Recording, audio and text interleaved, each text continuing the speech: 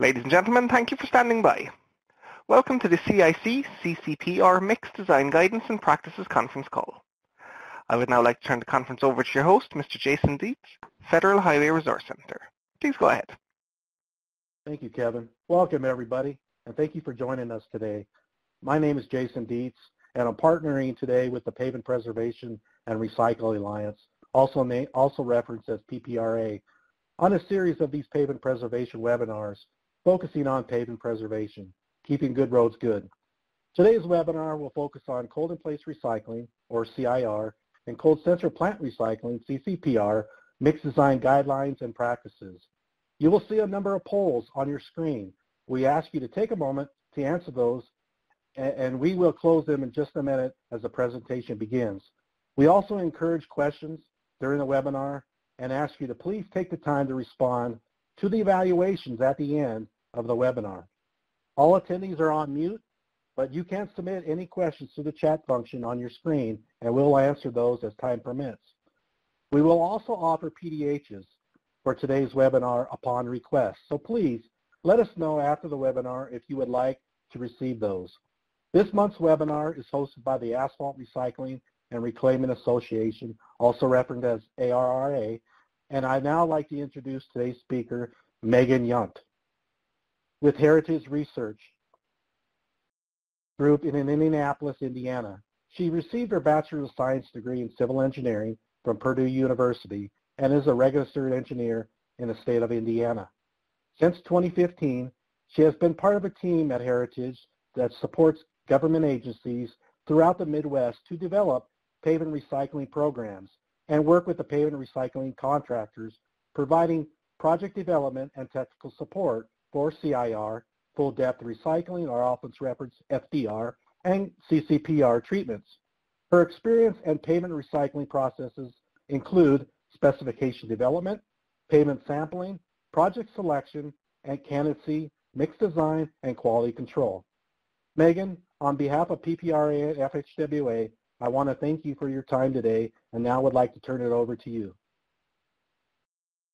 Thank you, Jason. I just wanted to make sure, Jason, can everyone hear me then? Is my audio good? All right. You're good.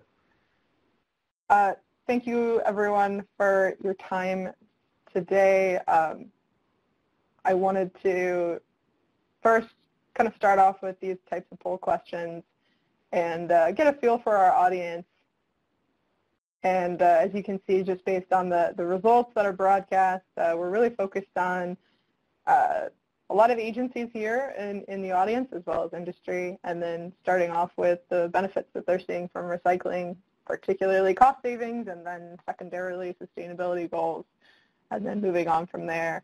Another thing I wanted to focus on are primary concerns for not using CIR, or cold central plant recycling. I think our most common one is specifications, as well as training on those techniques. So hopefully by the end of this presentation, we'll have a little more information for you guys, particularly on specifications, as well as some training opportunities with links provided.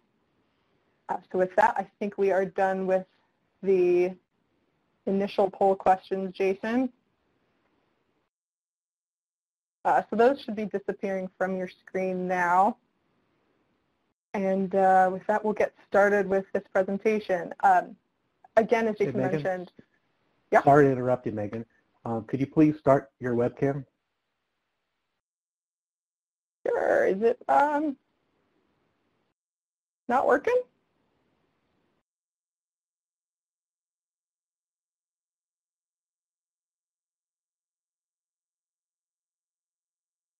It should be on, Jason. If you want to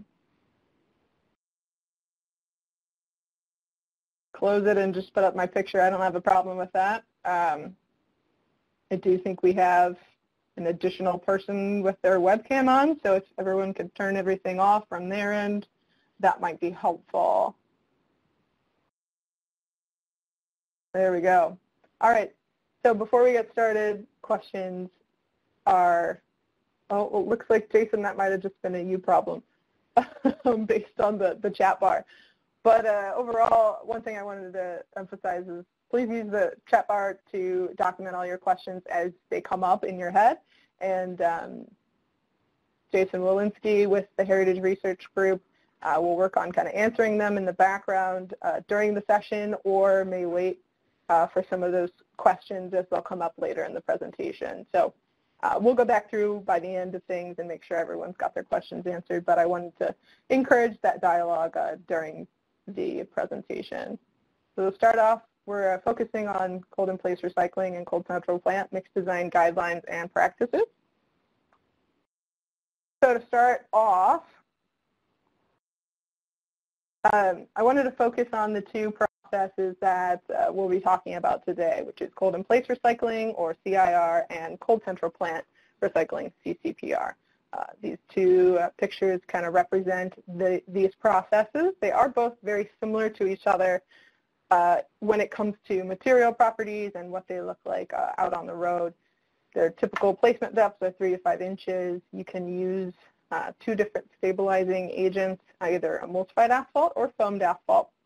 And these mixes are typically 100% wrap, and they're stabilized with your proper stabilizing agent, compacted in place in the field for construction. With cold-in-place recycling, this is more of a single-step process where the continuous train travels down the road, where we're pulverizing or crushing a certain depth of existing asphalt pavement, mixing with that stabilizing agent, placing it into a paver, compacting it back down, and then finally providing a final surface wearing course over top of the recycle layer.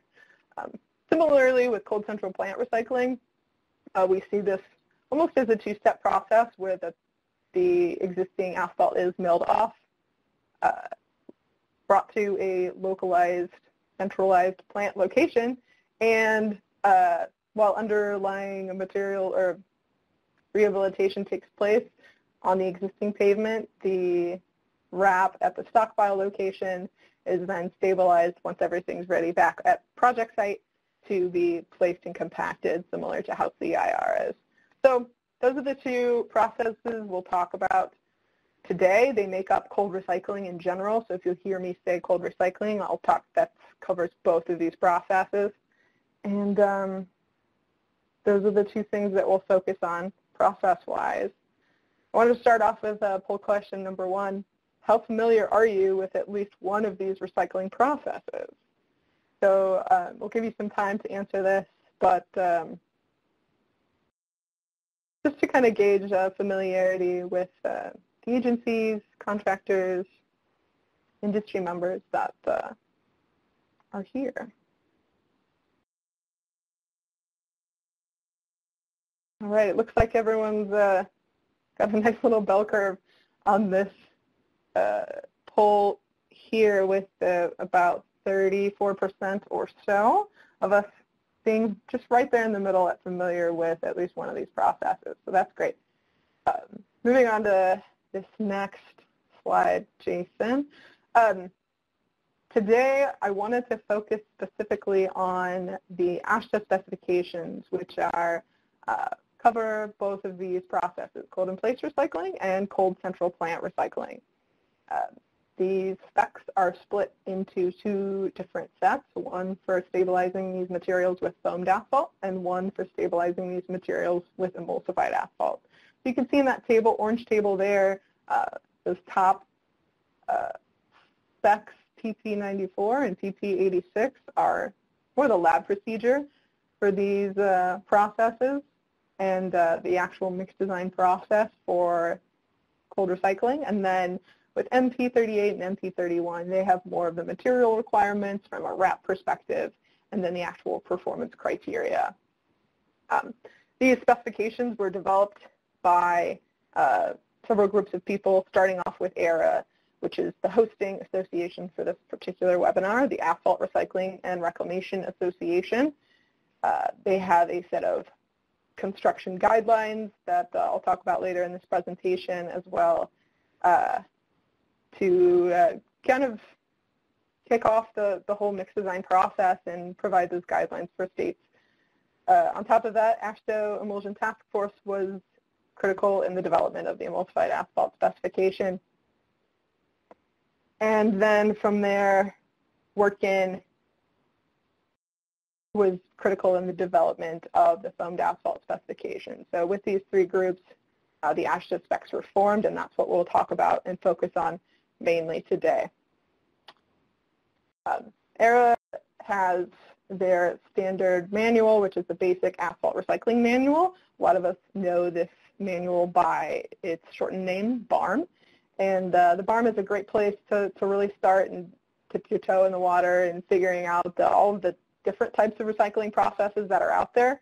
And it covers anything from specifications for construction, mix design, quality control, project selection. So this is a really good resource that ARA provides within the industry. And if you're interested in it, I would recommend you go to the ARA website and get more information. More on that later. But with these three groups, the AASHTO specifications were developed and put together for us to use. So moving on to our next question. Does your agency or the agencies that you commonly work with have a mix design spec for one or more of these cold recycling processes?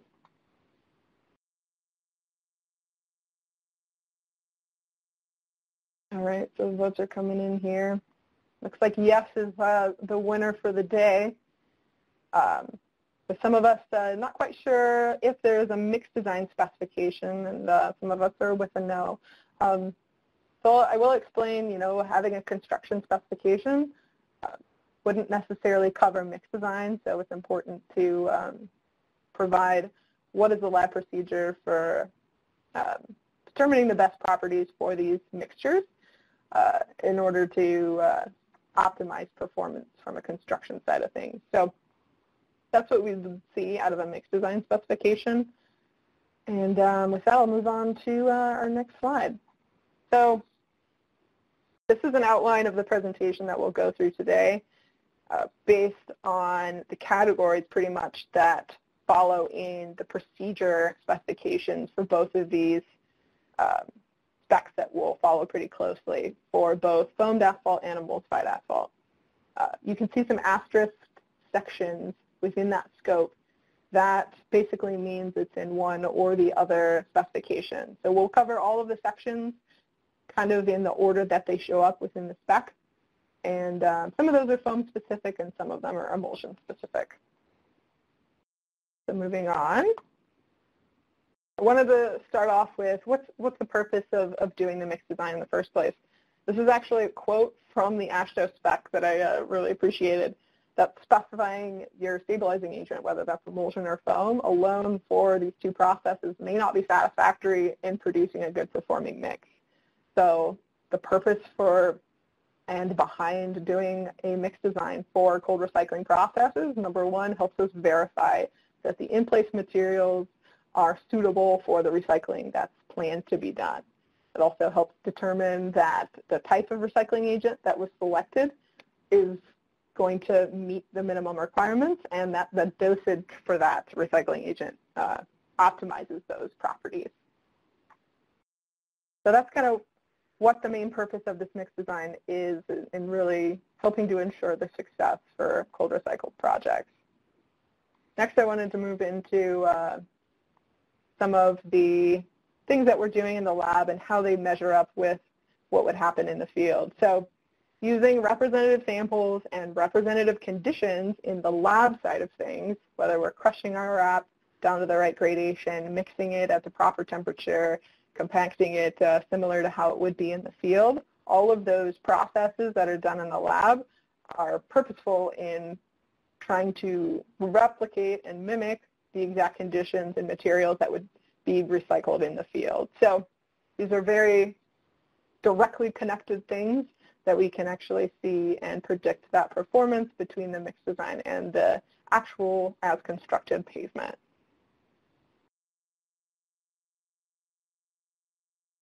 So next I wanted to move into some things that directly influence mix design from an in-place pavement perspective, starting off with just the ability to project scope. Scope out a project, ensure that we've got a homogeneous pavement without too many surprises in the structure, whether that's from taking cores, potentially doing ground penetrating radar or GPR, or just relying on construction records should they be detailed enough, can give a lot of information up front without doing a ton of work about the actual project, because recycling depends a lot, much more than traditional construction, on the in-place materials and their properties. Some other project characteristics that are going to have an influence on these recycled mixes directly are subgrade and subbase strength, traffic counts, as well as just how well the pavement actually drains. So I've got some examples of maybe things to watch out for on a widespread scale within an individual project. We've got some structural issues from what appears to be a subgrade failure, and then just examples of poor drainage that no asphalt pavement would be able to stand up to from a long-term life standpoint. So next I'll move into the first official section of these AASHTO specs, which is obtaining and preparation of materials. This is in both specifications. The general recommendation is to collect cores from throughout the pavement, or in some cases using pavement saw to collect slabs. And the purpose here is to really get a thorough look at the entire width of the pavement and length of the pavement. I've shown a decent example of a thorough sampling from a 4-lane project where there were some differences from a surface standpoint that needed to be investigated in order to ensure success. So it's important from a spec perspective. Collecting samples that are representative of the in-place pavement is important, whether that's shoulders, making sure if the shoulders would be recycled, to collect samples from that area, as well as any edges of pavement all the way through the center line. Per the BARM, or Basic Asphalt Recycling Manual, an agency has the ability to kind of require a minimum rate of sampling or a type of pattern for sampling for mixed design. So that's, I threw in an example of what a basic requirement might look like, just 1 sample per lane mile, depending on the size of the project. This is another example where you might be obtaining your materials for mixed design in the cold central plant project. Your wrap may already be stockpiled, which is a little bit easier way of sampling your wrap in order to perform your mixed design. So it's important to make sure we have this thoroughly sampled, in most cases hopefully using a loader to create a miniature stockpile and sample properly from that mini stockpile. You can see the 2 different stockpiles in this photo. Making sure that we're representative of all of the materials that are going to go into this mixture is important. So should different sources of material be used, it's important to sample both of those proportionally. So another detail from the specifications is significant material differences. And we just talked about this with the 2 different stockpiles. But I wanted to show some examples of what those visual differences might look like from the surface and cause you to want to dig in more on the details of what the materials are that make this up. So this would be a patching example where we see differences from the surface and may want to investigate and take cores inside and outside of those patches. So this would be the basic process. You see a difference, you obtain cores from inside and outside of that difference, and should the materials that make up those different structures be significantly different, whether that's gradation or just observed lifts, if they're significant enough from a project standpoint in terms of square yards, it's potentially warranted to separate a different mixed design.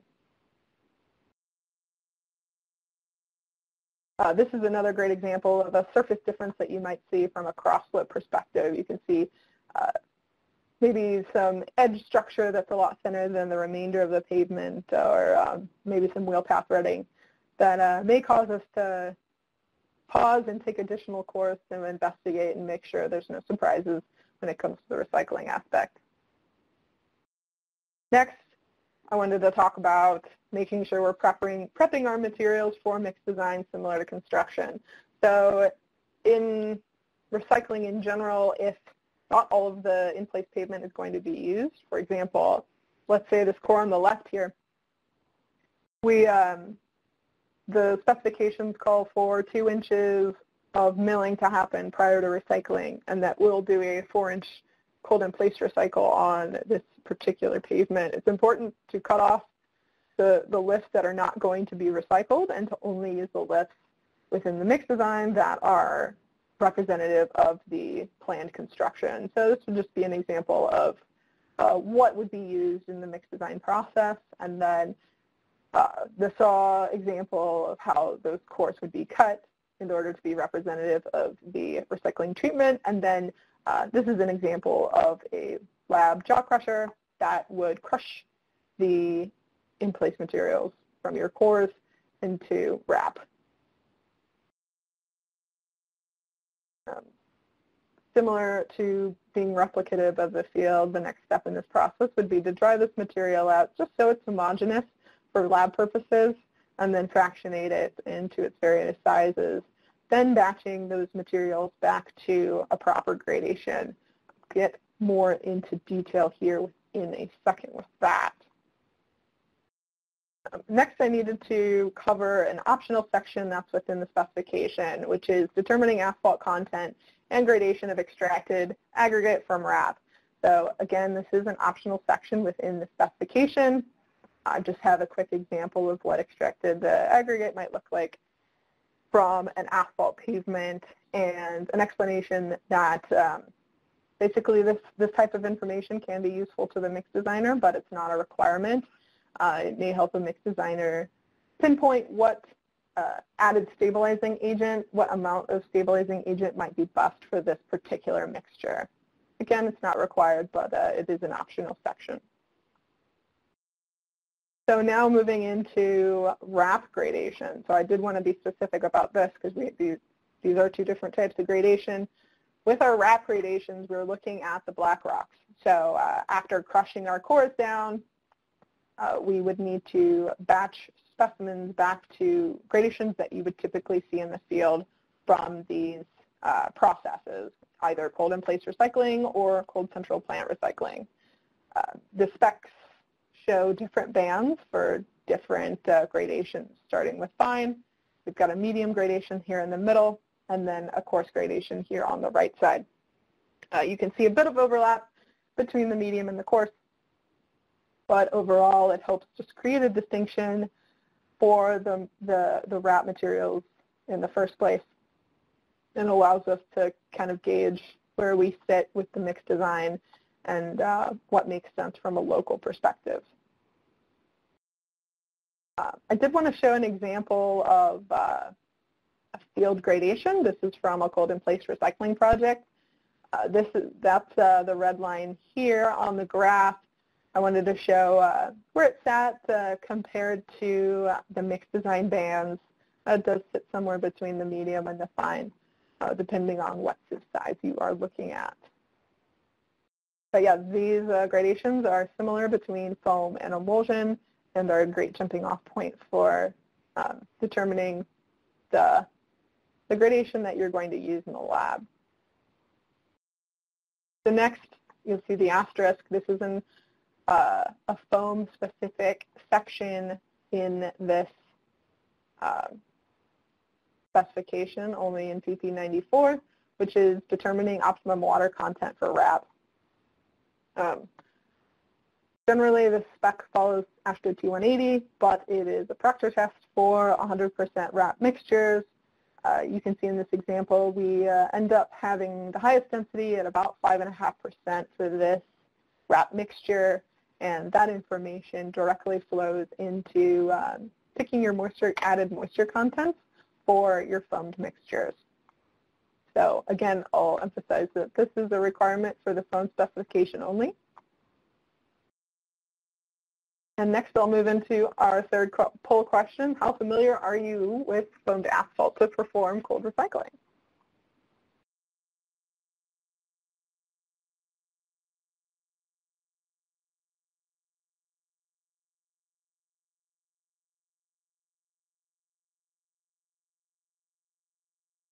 All right, it looks like most of our results are almost in.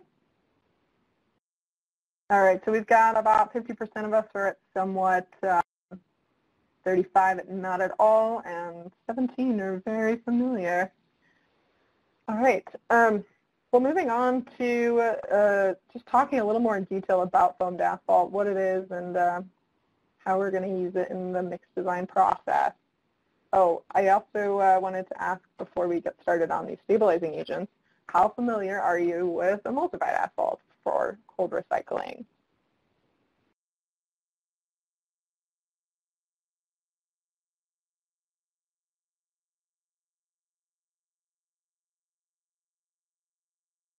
All right, yeah, with the results, it looks like we're about somewhat very familiar, at 38%, and not at all for 13%.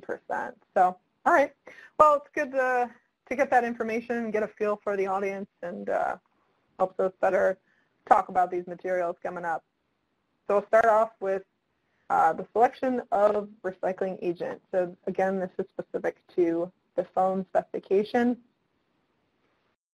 All of these details here. I got this photo from the ARAS barn, but it basically has a diagram of what would be happening with foaming nozzles in the field or in the lab in order to foam asphalt. So we start with hot asphalt or bitumen based on the diagram there, superheated at the plant in order to arrive hot onto the job site. And at the job site, tanker's hooked up to your machine that then foams the asphalt by adding a measured amount of cold water into the hot bitumen in the chamber, and then the bitumen foams. So we're using that foaming characteristic to then coat our wrap and create these spot welds within the mixture.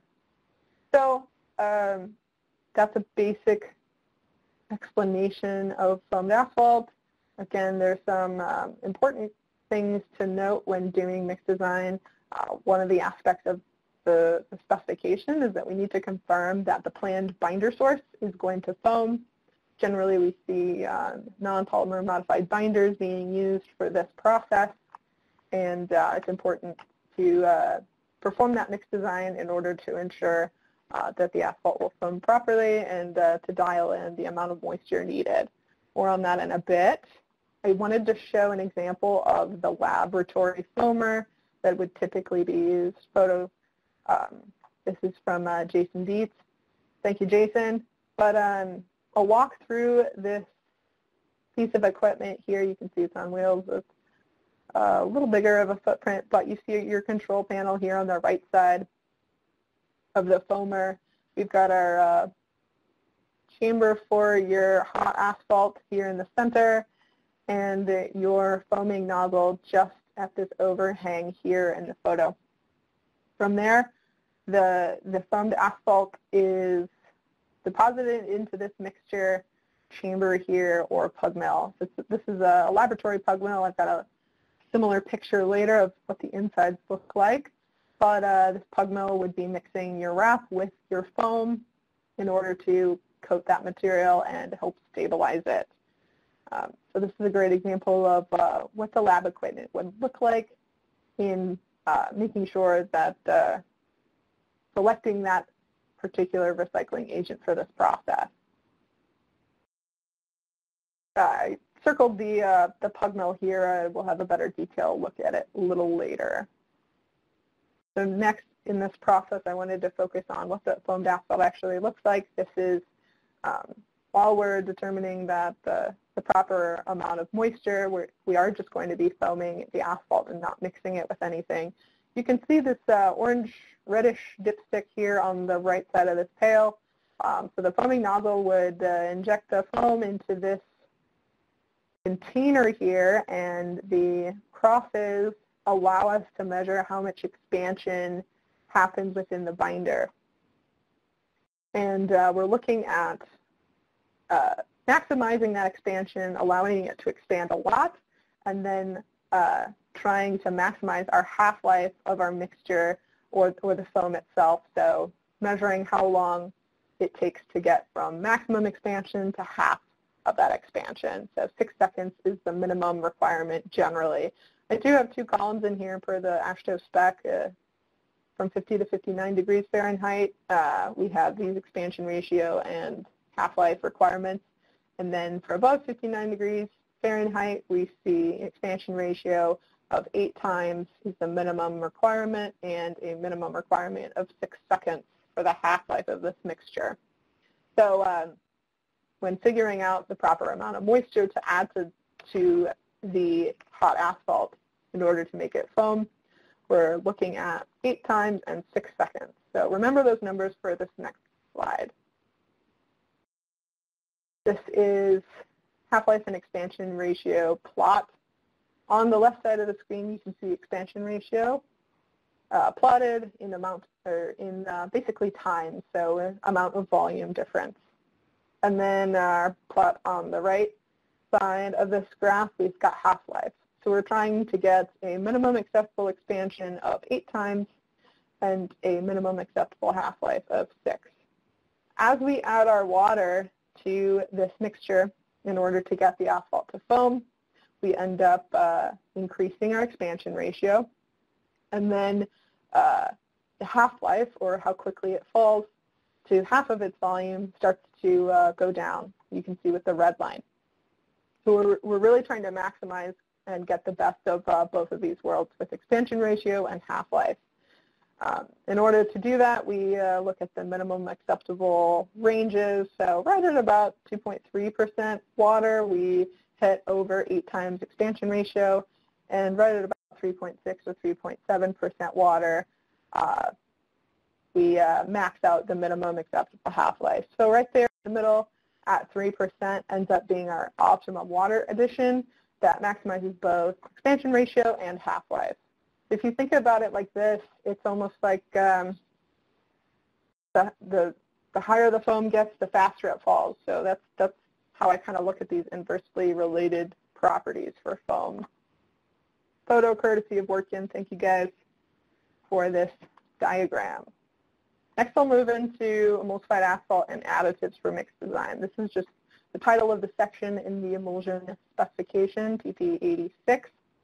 I'll talk about briefly what the material looks like, what it's meant to do, and we'll move on from there. So emulsion is a combination of asphalt, water, and surfactants. The material is designed to be delivered and mixed at low temperatures, or ambient construction temperatures, designed to coat that material fully and provide workability to that 100% wrap mixture. You can see in the diagram on the right, we've got blue for our water, our asphalt is our brown and black globules kind of suspended with those surfactants in order to create an emulsion. And that emulsion is designed to release water at a particular time and break at the right time and begin to gain that strength. From there, the material cures and provides durability and strength in the mixture. So that's a brief explanation of the emulsion. Luckily, from a mix design perspective, we don't need to focus too hard on the emulsion itself in terms of making it, but we will play around with what that looks like in a lab perspective a little later in this presentation. Next, I'll move into additives for mix design. This is part of both PP 86 and PP 94. The options are generally shown as hydrated lime and cement. You can see an example of what that would look like in a lab batch specimen example here. Per spec, we see anywhere from 1.5% or less hydrated lime and about 1% or less for cement. Cement is commonly used with foam to add fines to that mixture and can be used with emulsion to supplement those mixture properties. I did want to show the example of, from a construction perspective, what we're trying to replicate in the lab. So this is a distributor heading down the road, depositing that cement ahead of the recycling train in order to get it within the mixture properly. Another type of corrective or additives that we may use in mixtures is corrective aggregate or wrap. This is an example in these photos of corrective aggregate being spread on a pavement prior to a cold-in-place recycling process. This is what it would look like on the field perspective, but we may be doing this to either supplement volume for the recycled material, so a designer may know ahead of time that they need to add volume to the existing pavement by placing aggregate or wrap ahead of the recycling train in order to incorporate it into the recycled layer. Or it may be required in order to meet gradation or mixture properties for the recycled material. Next, I wanted to show kind of an example of what we can potentially start to do with these additives from a troubleshooting standpoint for mix design.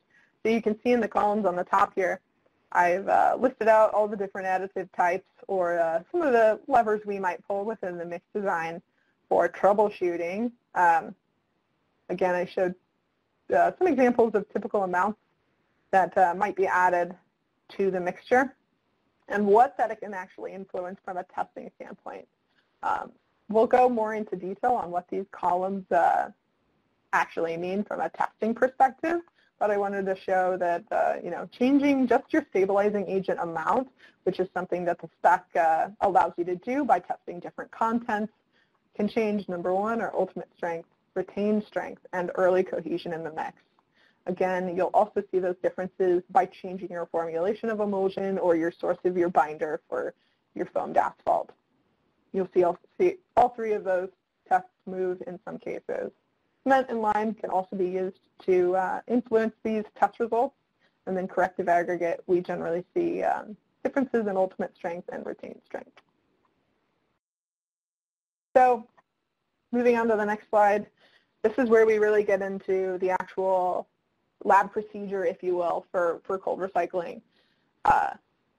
So getting into the why of what we're doing this for. These pavements do stand up to traffic, particularly from an early standpoint, and that's what all of these pictures here on the right show. We're looking to verify that these existing materials are proper for the procedure, which is really different from any other type of construction method out there. And we're looking to optimize the properties for that mixture. So starting off in the lab, once we've got and obtained our wrap and gotten it down to the correct gradation that we need in order to meet construction, similar gradation-wise, we need to put all the pieces together in the lab and create test specimens.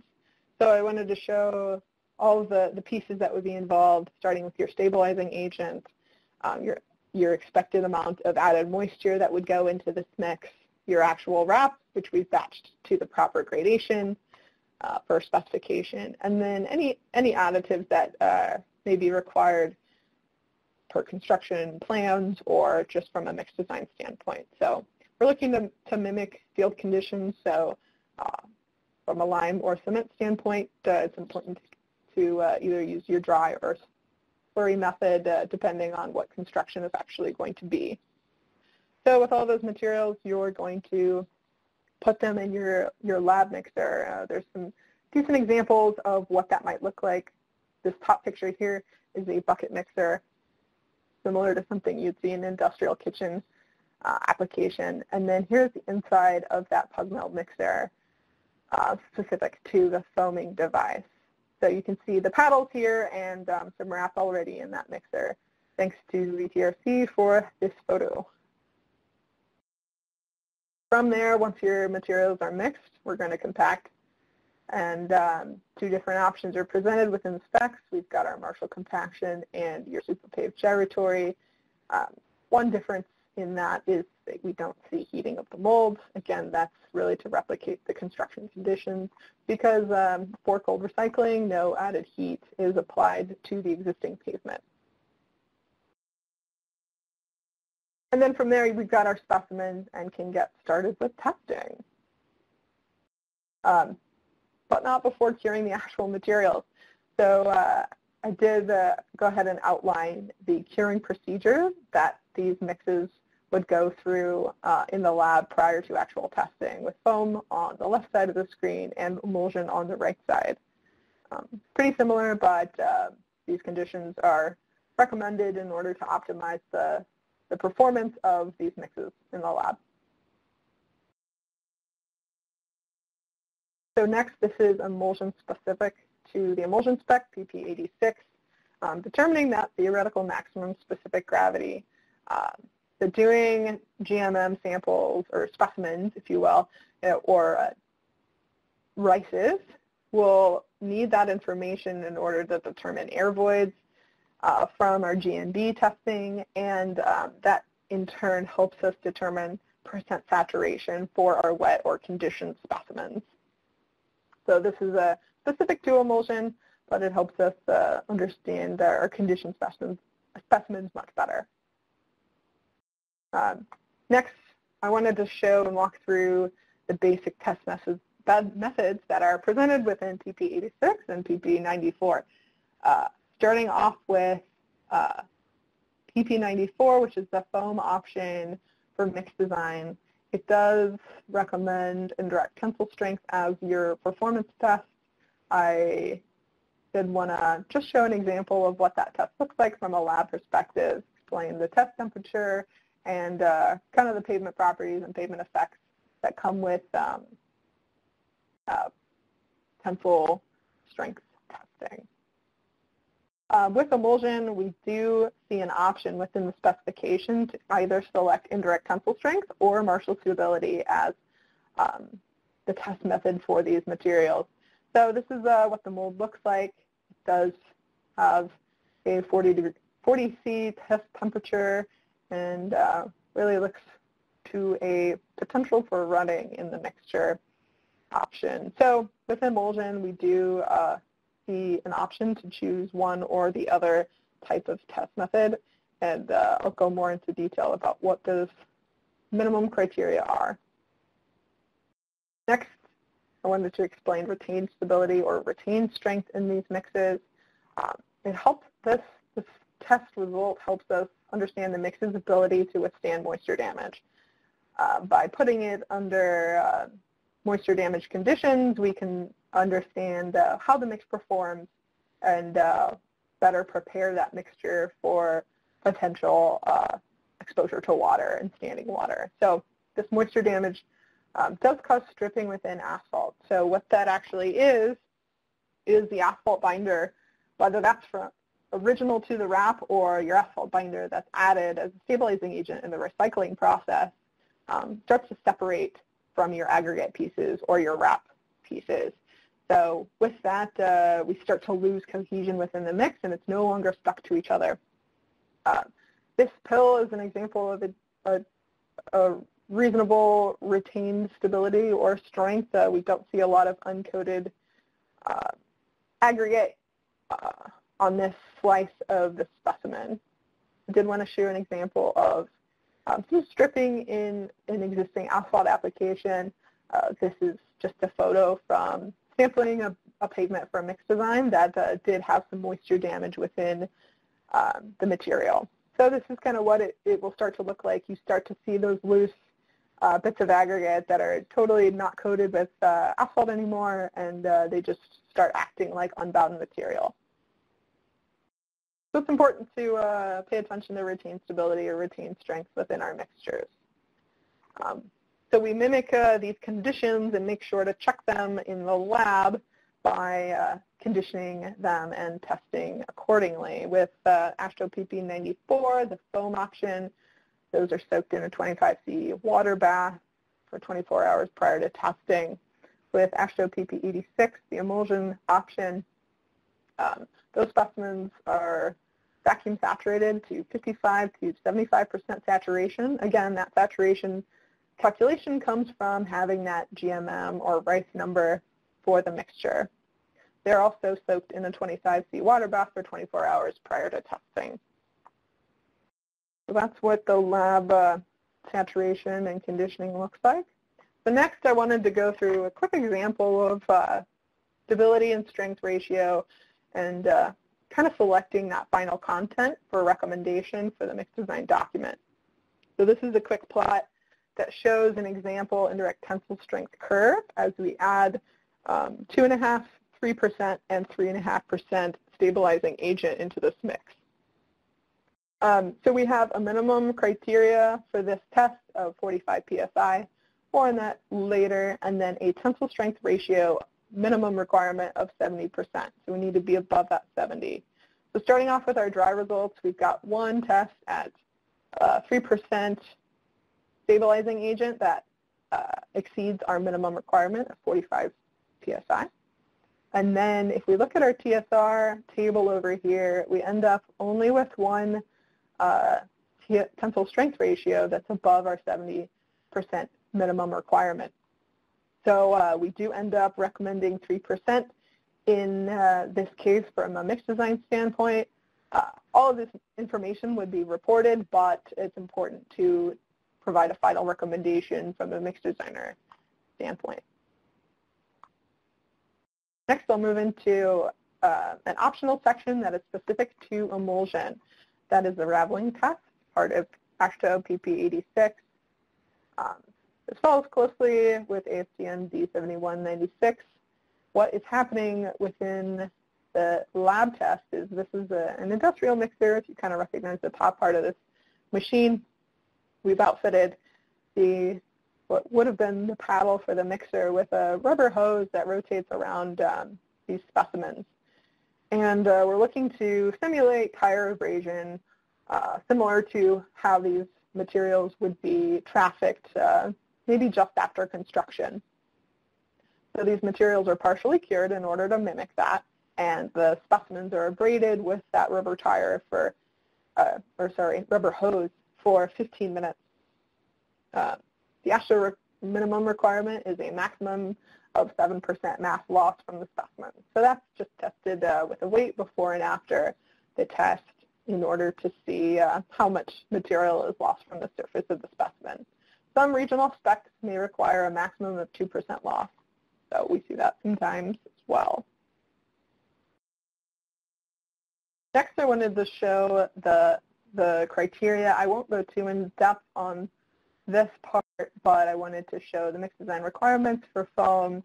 Again, indirect tensile strength is the required test in this case. We see requirement of 45 psi and a couple different tensile strength ratios depending on if you're using additives and which additives you use. So that's part of MP 38, which has the minimum criteria for these specifications. The thing I wanted to highlight with MP 31, the emulsion specification, minimum requirements for these cold recycled mixtures, is the fact that we are choosing one of these test methods, whether indirect tensile strength or Marshall stability. From there, we have minimum requirements similar to the foamed asphalt, 45 psi and 70%. You see our requirement for 7% mass loss, and a requirement to make sure that we're minimizing the amount of cement compared to the binder. So no more than 3% residual asphalt to 1% cement. With Marshall stability, minimum requirement of 1,250 pounds, retained stability of 70%. Again, our optional 7% mass loss. Should Raveling test be selected, and then ratio of residual asphalt to cement. It's very similar between the two. I'll go through an example mix design report and explain all of the important pieces that are involved with these mixes, starting off with the specifications around the stabilizing agent in the first place, whether that's specific to the binder source, where it came from, what company, etc., residue content, it may be a PEN number for that particular binder. Important to cover all those bases so that the mix design can be replicated from a field perspective, and should it be needed, replicated in a different lab, maybe from an agency perspective. So next, in this example, it's important to show the construction parameters. So it's understood that the mix designer knows what is expected from the construction plans and carried out the proper recycling process. So making sure we did the right depth of treatment between, whether that's 3 inches, 4 inches, or 5 inches. Making sure we incorporated all the right materials, whether that's from this stockpile or stockpile X, Y, or Z. So it's important to communicate that what materials were actually used in that mix design. Next is communicating that mix design testing results, whether or not they're passing. It's important to show all of the data just so an agency and a contractor can be more prepared when it comes to making decisions out in the field. So showing all of that information from a testing background is important. And lastly, final recommendations and target content. So we walked through that choosing your proper content based on your test results with that indirect tensile strength and tensile strength ratio example, that it's important to make that final recommendation from a mix designer standpoint. And that's a requirement from the AASHTO specification. So I wanted to sum up those basic attributes from the mix design document. We're looking to be thorough and put out all of that information out there so contractors and agencies can act intelligently when dealing with the mixture out in the field. Secondly, it's important to make a recommendation, but also talk about the bounds that are acceptable based on the test results. So having a good understanding of the construction spec and is also important for this, and the minimum requirements for that particular mixture are also important. And then lastly, making this mix design repeatable, whether the agency is planning to replicate it back in their lab or just making it repeatable for the contractor to actually perform out in the field is really important. So making sure we have all of the pieces of information for the mixture that was put together in the lab so that it can be put together successfully in the field. I did want to cover all of the different categories and scopes that these specifications do cover. You probably would have seen in this presentation asphalt binder specifications as well as asphalt mixes in general. Emulsified asphalt, you've seen specs specific to soil, for example, the Proctor test, and then also some aggregate tests. So AASHTO has a great accreditation directory that allows us to search for labs that are accredited in these tests. So I've linked that, and you can find these links in the presentation slides that will be provided at the end of this session. So that information is out there, and it's easily searchable to find the right lab that's accredited. I wanted to go through some case studies, starting off with this one. Case study 1 is a mix design property and properties and comparing it to our actual constructed properties. This is an Emulsion CIR project in Indiana. It's State Route 234. This is, on the left side of the screen, a CIR mat that's got some temporary striping. Just to show you what the material looks like from a finished product. Here on the right, we've got our final HMA surface. And you can see here in the shadows that some cores were able to be collected from this project.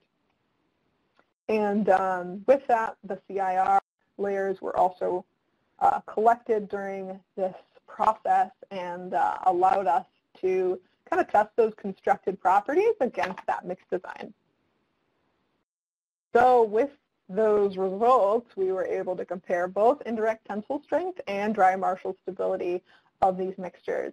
Starting off on the left side, we see our mix design mixture hitting a PSI, or indirect tensile strength of 52 PSI.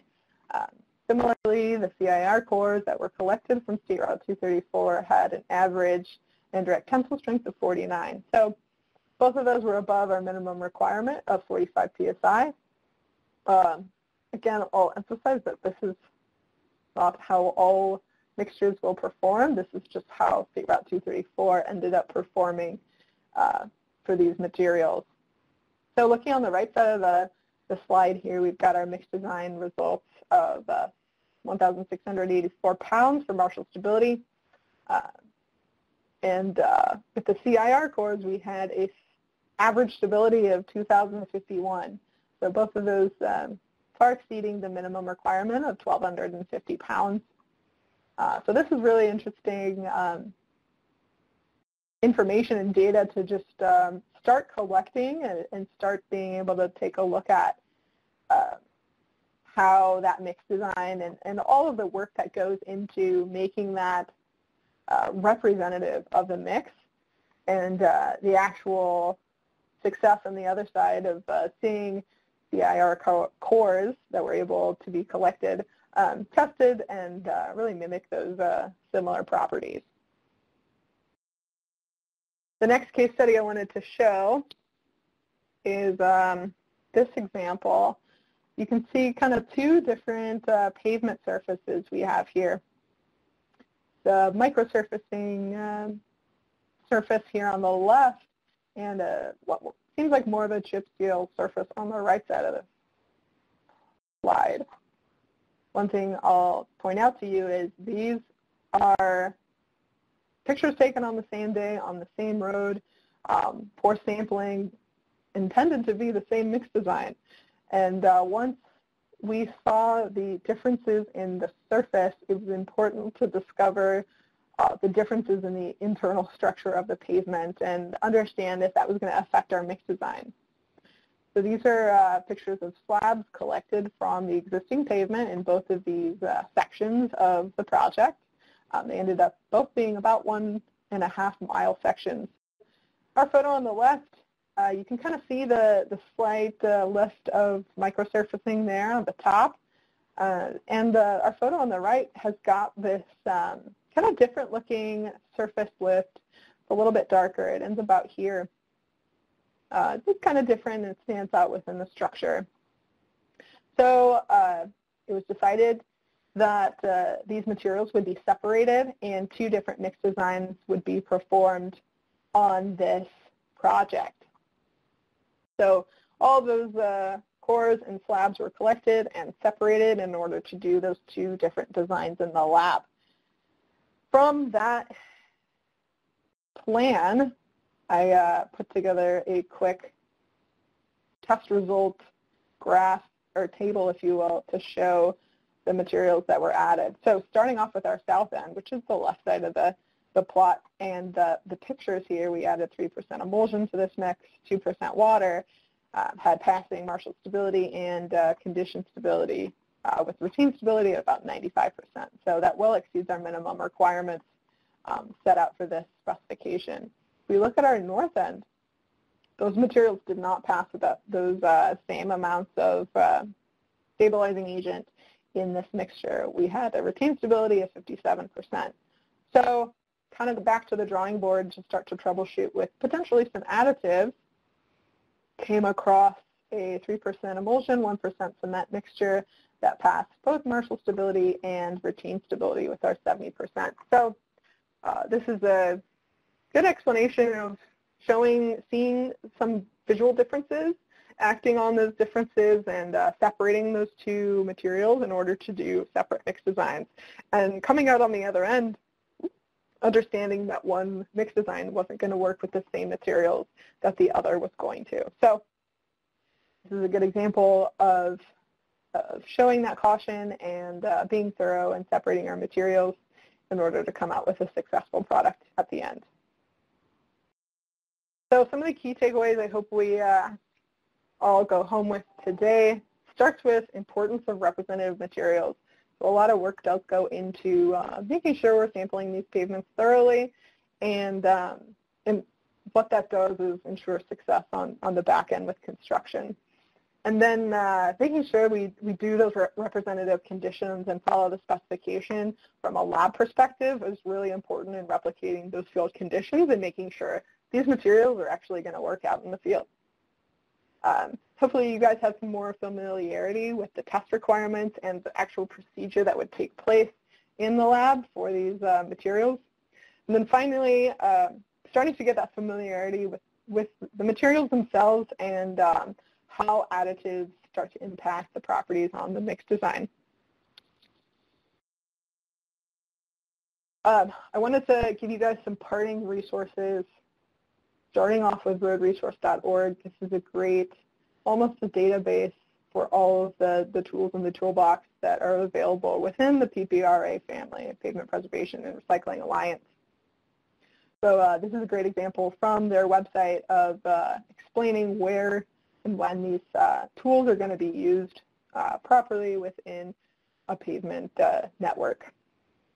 I'll also point out that ARA.org as kind of your membership baseline. Agencies do now get free membership to ARA.org. You just have to sign up. And that allows access to all of the presentations that are given from a conference standpoint within ARA, as well as newsletter updates on a monthly basis. So agencies, if you're interested, membership is free. Moving on to some resources for everybody. Specifications we pretty much covered. I listed out each of those numbers. Best practice for mixed designs.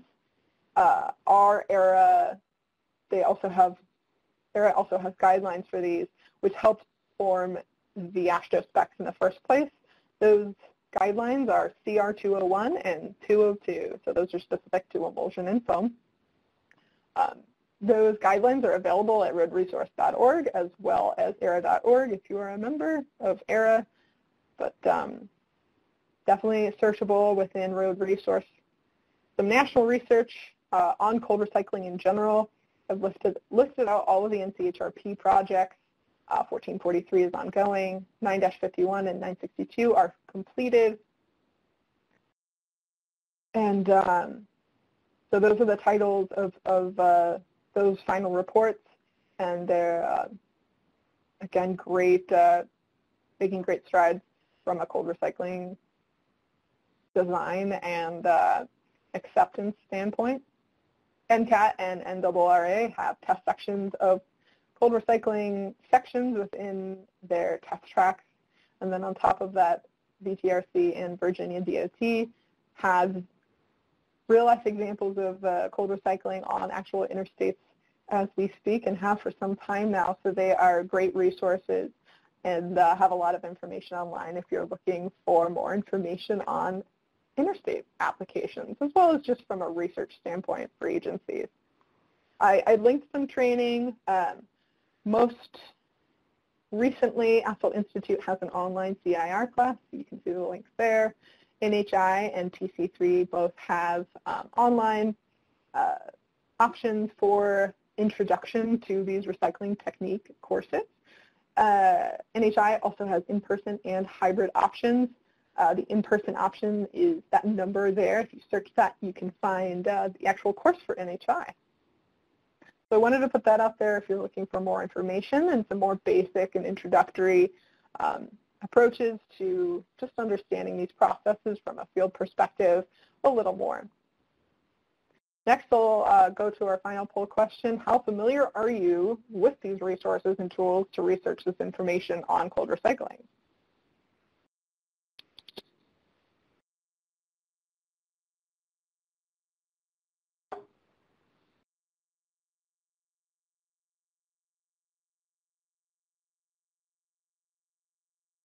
Okay, so it looks like we have kind of slightly familiar and familiar is kind of our most common results for this one. So happy to share all of those links. Those will be in the slides that will be provided to you once the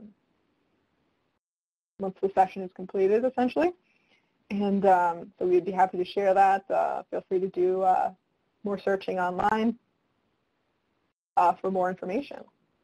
With that, I'll turn it over to Allie and Ann for a quick update on the next webinar. Yes, thank you, Megan, for taking the time to prepare this presentation for us today. We really appreciate your time and your expertise. Our next webinar in the series will be held on December 16th at 1 p.m. Central, 2 p.m. Eastern. This presentation is going to focus on slurry and microsurfacing construction best practices. So to register for that, you can just visit roadresource.org, and we look forward to seeing you all then. With that, I will pass it back over to you, Jason. Thank you, Ann. All right. With that, I wanted to close with kind of a discussion on the question side of things. I'll probably maximize some of the questions. And feel free if you want to drop your questions in now, if you feel like they got kind of buried in the conversation that was happening while we were talking. Feel free to bump your question down to the chat bar, and we will try to answer what we can.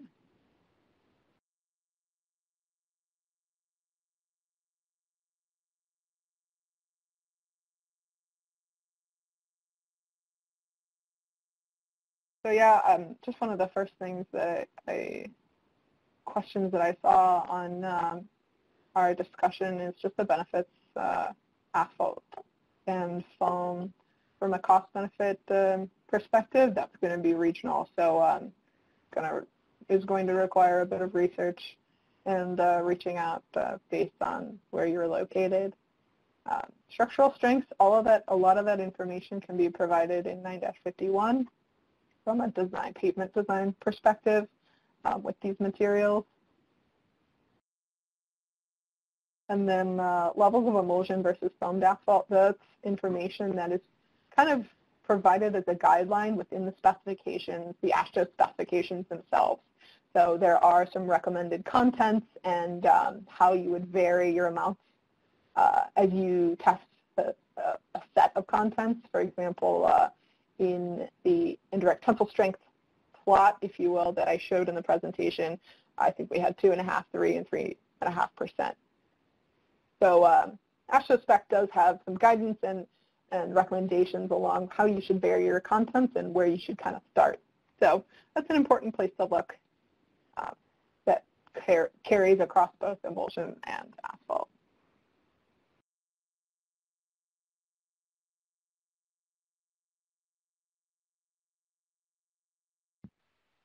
Yeah, we got a few questions regarding what is the current trend of cold central plant recycling, emulsion, or foamed asphalt? The current trend. Hopefully they're both popular. Again, this is just on a regional difference. You'll see foam being popular in some areas and emulsion being popular in others. So kind of like I alluded to within the presentation, there's a little more know-how and knowledge to try and get the foamed asphalt foaming in the first place. But once we have that covered, foaming asphalt in the lab is definitely an option to stabilize these materials. From an emulsion standpoint, there isn't as much mix design work in order to get the emulsion to stabilize these wrap materials. Got another question regarding what would you need both lime and cement in addition to a primary bituminous stabilizer? Says, I do not think you would need both lime and cement and additional primary bituminous stabilizer, I guess was an answer to somebody's question. Correct. Yeah, you would generally see one or the other. You would not typically see both being used as additives within the mix design in general. On top of that, it is important to limit the amount of those stabilizers from a lime and cement perspective in order to keep these mixes from being too brittle. So you'll see within the specification that they are limiting that to 1.5% or less for lime, and I believe 1% or less for cement. Then we had another question. How much time will you need to wait before laying hot mix wearing course above the cold mix? Oh, what a great question. I would recommend that I'm going to go back in slides a couple bits. When it comes to understanding product acceptance and process control, these are the key words here. when you're talking about opening up to traffic, process control, and then product acceptance. Basically, when are these materials cured? In CHRP 962, that project and final report, which is report 960, are kind of the leading edge for research on how these materials act. But overall, I'll just give a brief explanation, I think, of the testing. There's an apparatus that is associated with 9-62, report 960. I would encourage you to go look online. That's an easily downloadable report that shows all of the research that went into trying to characterize these materials as they age directly after construction. And that helps us understand, so that testing procedure and test tool in the first place helps understand when it's acceptable to open these mixes to traffic, and then on top of that, when they're essentially cured and ready for surfacing. So that's a great place to look for these processes. I'll just leave up that resources page because it's probably the most heavy in terms of information on learning more from a national research perspective. Another question, are there any advantages of foaming the asphalt? Yeah, so both foam and emulsion are essentially doing the same thing to asphalt binder. So when we're cold recycling these processes, again, we're not adding heat to the wrap in order to crush it down, and that's what makes them cold processes, if you will. And in order to coat and stabilize these wrap materials, we have to change properties of the actual binder to get it to proper workable temperatures so that it can start to stabilize that wrap. So foamed asphalt does this by increasing the surface area of the binder by making it foam. Again, I'll remind you of the expansion ratio and all of the things that we're looking at for the foam material. And emulsion does that by suspending that asphalt in water, essentially, and increasing the surface area of the binder that way. So they're both doing the same thing by having increased surface area so that it can coat the wrap, and then from there, either the emulsion starts to cure as well as the foam in order to provide that very strong, stable cohesion within the mix or within the wrap in order to provide a strong pavement layer at the end.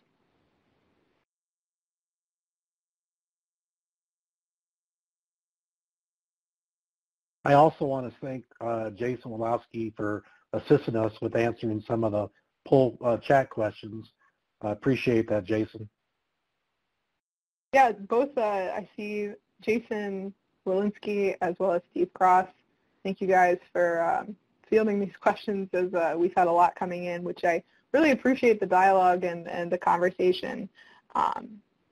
That helps us understand where the questions and concerns might lie within these materials from an agency perspective, as well as just those trying to understand how these mixes are constructed and tested in the lab.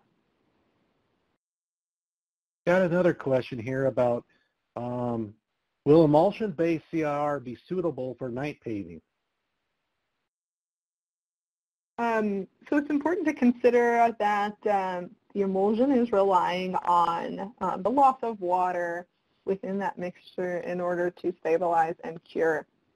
With night paving, we don't generally see optimal conditions in order to allow that to happen at the speed we want to. So from a regional perspective, you might have the proper weather to allow that emulsion to cure properly. From a night paving perspective, from our experience in the Midwest, that's not been an opportunity yet.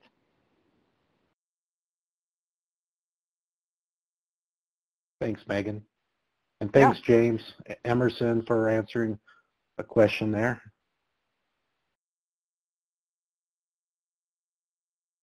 We also would like to open up any phone lines. If anybody has any phone questions, they're welcome to open up their phone lines to address what their questions are. We have another 10 more minutes, and also I request that if you get a chance, please, within the next 10 minutes, please fill out the evaluations. These help us in future webinars, and we just want to make these reliable and helpful for you all to allow more preservation treatments to make our pavements last longer. So. Yeah, and I'd love any feedback on any questions or concerns that you saw just from the slides, or just about cold recycling in general. Obviously, we're getting a lot of constructability questions, as well as a lot of lab-related questions as well. Hey, Jason, would you want to cover the PDH, how that would work? Yeah, as I said early on, all they have to do is in the chat pod put in a comment that they would like to have a PDH, and we'll get back to you. But again, hopefully when you registered and when you got online here, you have your first and last name, so that way we can identify you and provide you with the PDH as appropriate.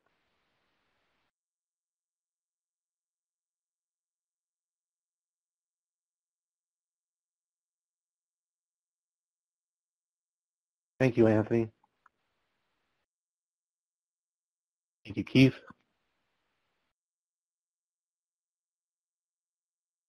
The others are putting in their information on PDH credits. Great, thanks. Any further questions for CIR and cold center plant mix design guidelines and practices? Did we provide you enough information?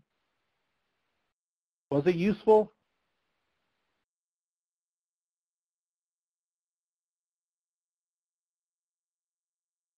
Yeah, we love feedback, and yeah, any information is better for us to make these webinars better. And I know Jason does a great job of implementing this feedback and you know, putting together the surveys. So thank you, Jason. You're welcome.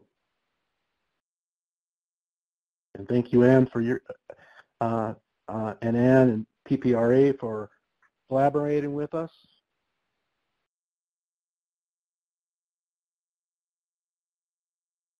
Good question, Robert. Do any states have specs that are recommended? That's a great question. So some easy links that I can rattle off to you would just be through roadresource.org. There are some specifications available there that are already in place. And then from there, we are starting to see states using the AASHTO specs.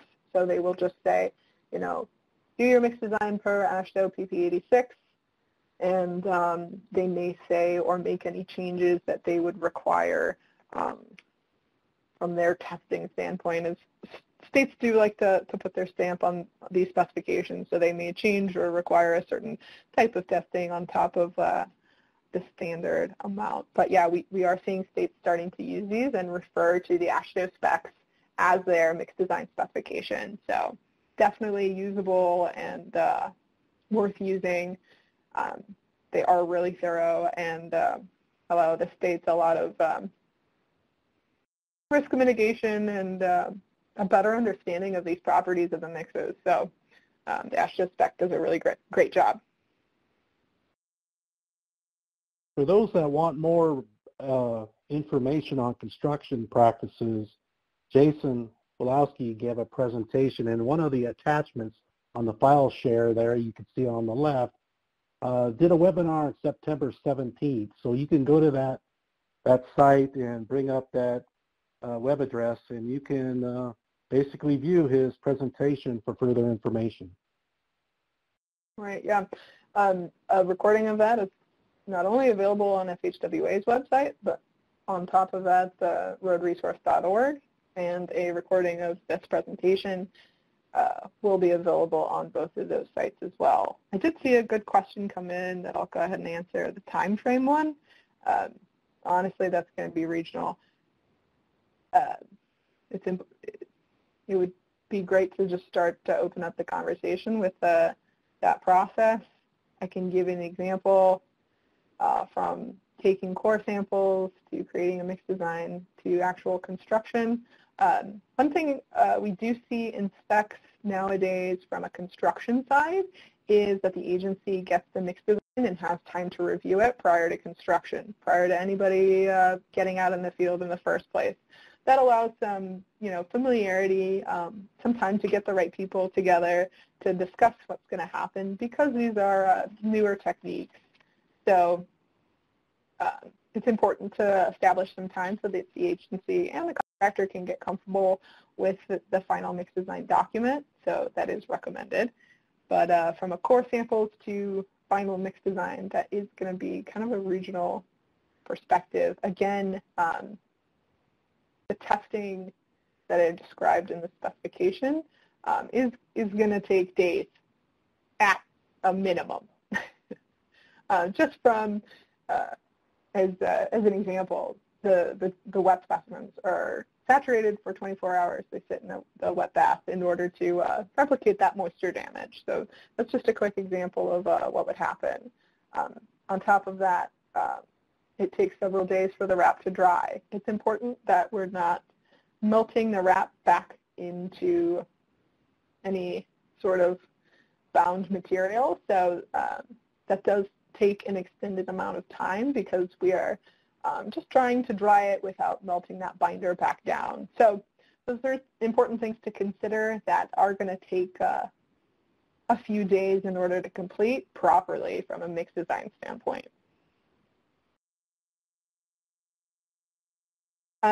So Jason, for the PowerPoint from today, is that in the file share here on the left? Oh, that's number 1, yes? Yep, that's the PDF. Okay. So yeah, if you're interested in a download of a PDF of this set of slides from today, that is in the file share box, number 1.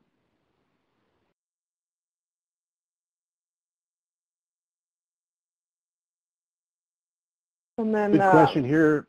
I got a good question for you, Megan. Okay. There's a question about how do you determine the added moisture for emulsion mix design? So there are basic recommendations and guidelines, basically bands to start with within the AASHTO specification. I would recommend starting there first. But with time and experience, you kind of whittle down based on the materials that are in place on what your added moisture ends up being. So I will explain kind of what that represents.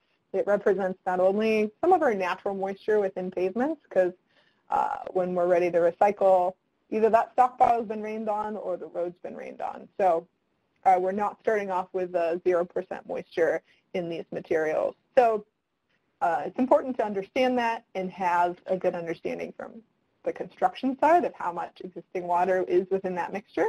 But that added water in the mix design process is also replicating the water that would be added inside the milling head or inside the pug mill. So that water, added water, and natural water helps these materials have workability. And so we do rely on that, and we are intentional about how much water is being put into that mixture to help us gain that workability and allow us to compact it.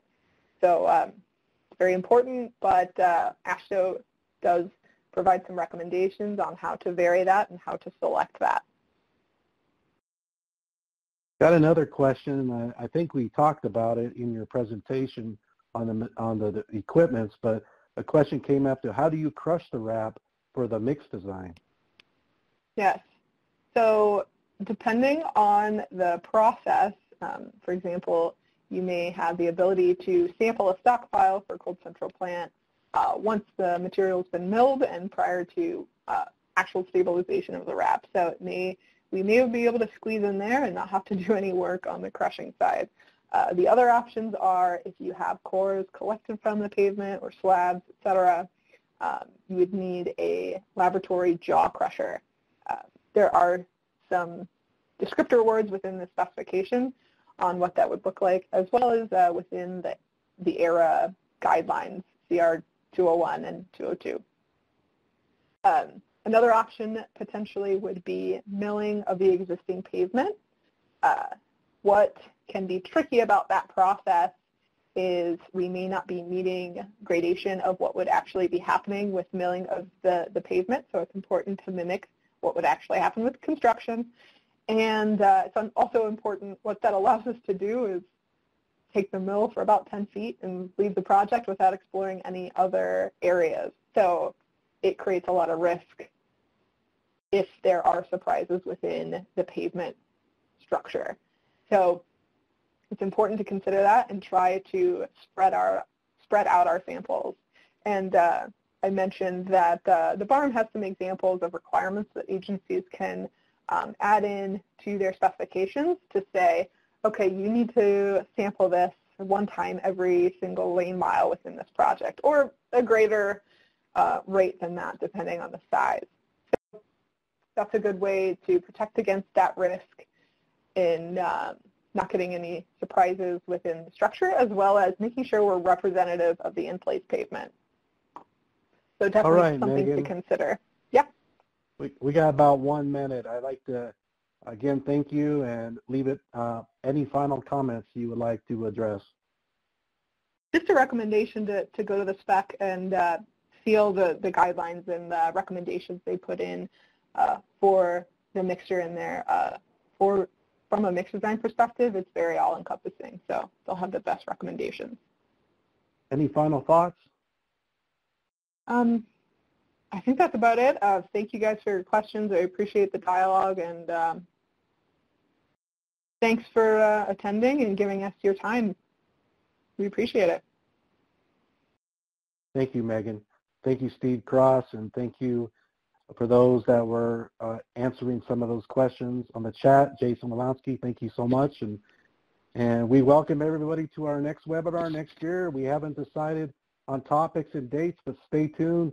Further information will be available at the PPRA's website. And with that, I'd like to close for today. And thank you everybody for attending, and we'll see you next time. Thank you. Thanks, Jason. That concludes our conference for today. Thank you for your participation and for using AT&T teleconference service. You may now disconnect.